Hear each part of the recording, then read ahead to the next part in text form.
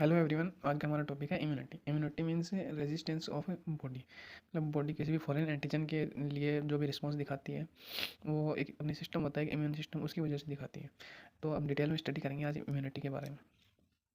तो इम्यूनिटी क्या होती है? Resistance of body, resistance of the body against pathogenic agents in known as immunity.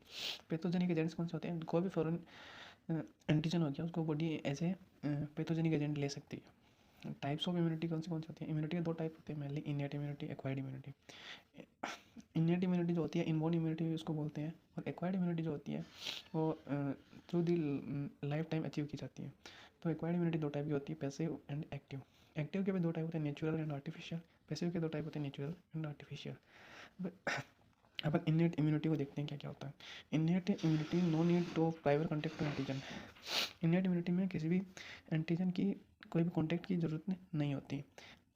It is inborn capacity of body to resist infection with genetically transmit from one generation to other generation.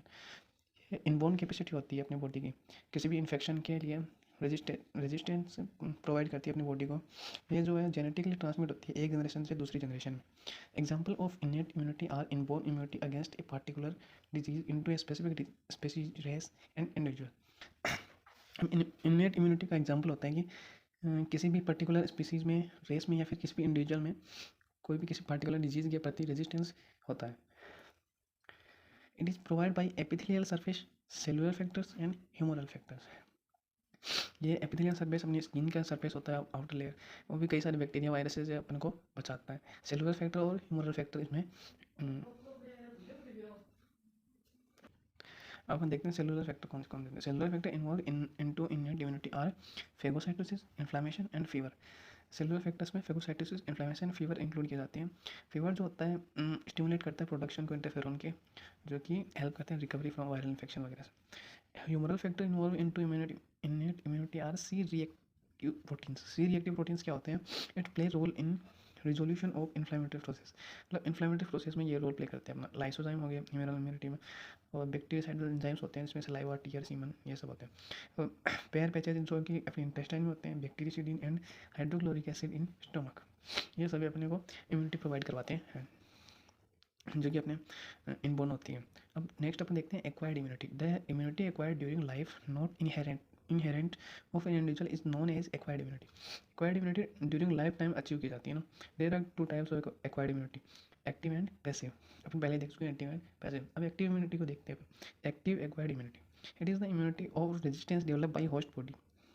ये immunity होती है, resistance develop होती है इसमें host की body में, as a result of antigenic stimulation of host body.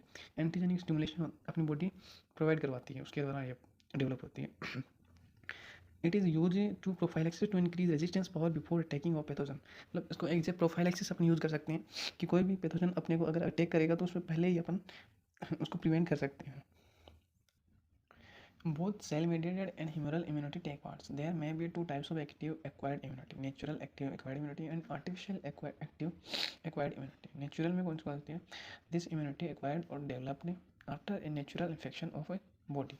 Examples are development of immunity against typhoid, measles, chickenpox infection after natural infection of body by these infectious agents. Means अपनी body में अगर कभी अपने को typhoid हो गया, measles हो गया, चिकन पॉक्स, ये सब इन्फेक्शन होता है इनसे, तो ये अपने को लाइफ टाइम में दोबारा बहुत रेयर चांस है कि अपने को हो सकते हैं, क्योंकि अपने बॉडी इनके अगेंस्ट इम्यूनिटी डेवलप कर लेती है।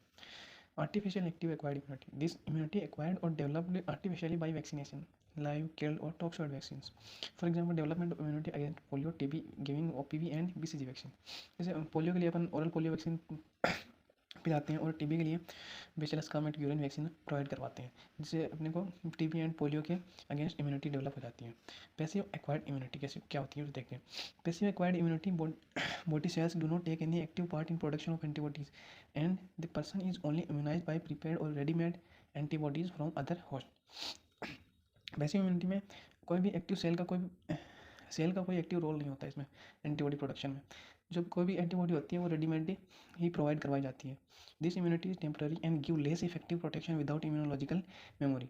ये टेम्पररी होती है और बहुत ही कम इफेक्टिव प्रोटेक्शन प्रोवाइड करवाती है अपने को, इसकी कोई भी इम्यूनोलॉजिकल मेमोरी पावर नहीं होती है। It is use in treatment of acute infection and immunodeficient host. कोई भी एक्यूट इन्फेक्शन होता है तब इनको अपन प्रोवाइड करवाते हैं। ओनली ह्यूमरल इम्यूनिटी इन्वॉल्व, इसमें सिर्फ ह्यूमरल इम्यूनिटी इन्वॉल्व होती है और एक्टिव में ह्यूमरल एंड सेल मेडिएटेड दोनों इन्वॉल्व होती हैं।